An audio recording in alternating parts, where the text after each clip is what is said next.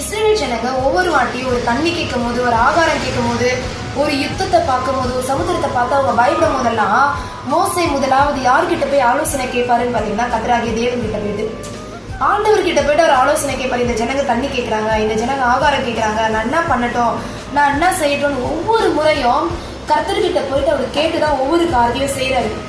ஆனா இந்த ஆரோனு ஜனங்க அலட்டும் போது ஆண்டவர்கிட்ட அவர் கேட்கல, தானாவே சுயமா ஒரு காரியத்தை செயல்படுத்திடுறாரு. அதனால ஜனங்க என்ன ஆயிட்டாங்கன்னா விக்கிரகத்துக்கு முன்னாடி தங்களை நிர்வாணமாக்கி கொண்டு அந்த விக்கிரகத்துக்கு முன்னாடி அவங்க நடனம் ஆடுறாங்க. ஜனங்க என்ன ஆயிட்டாங்கன்னா சீர்கெட்டு போயிட்டாங்க. கர்த்தருடைய ஜனங்களை சீர்கெடுத்துட்டாரு யாருன்னு பாத்தீங்கன்னா ஆரோன். ஆனா மோசே ஒவ்வொரு காரியத்தையும் கர்த்தர்கிட்ட கேட்கிறாரு.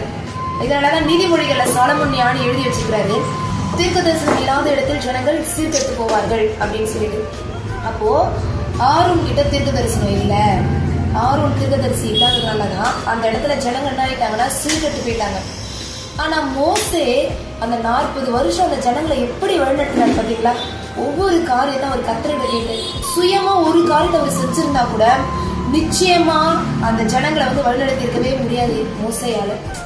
அப்ப இதனாலதான் மோசே தீர்க்கதரிசி, ஆரோன் தீர்க்கதரிசி கிடையாது, அவர் ஆசாரியன் மட்டும்தான் அப்படின்ட்டு நம்ம சொல்றோம்.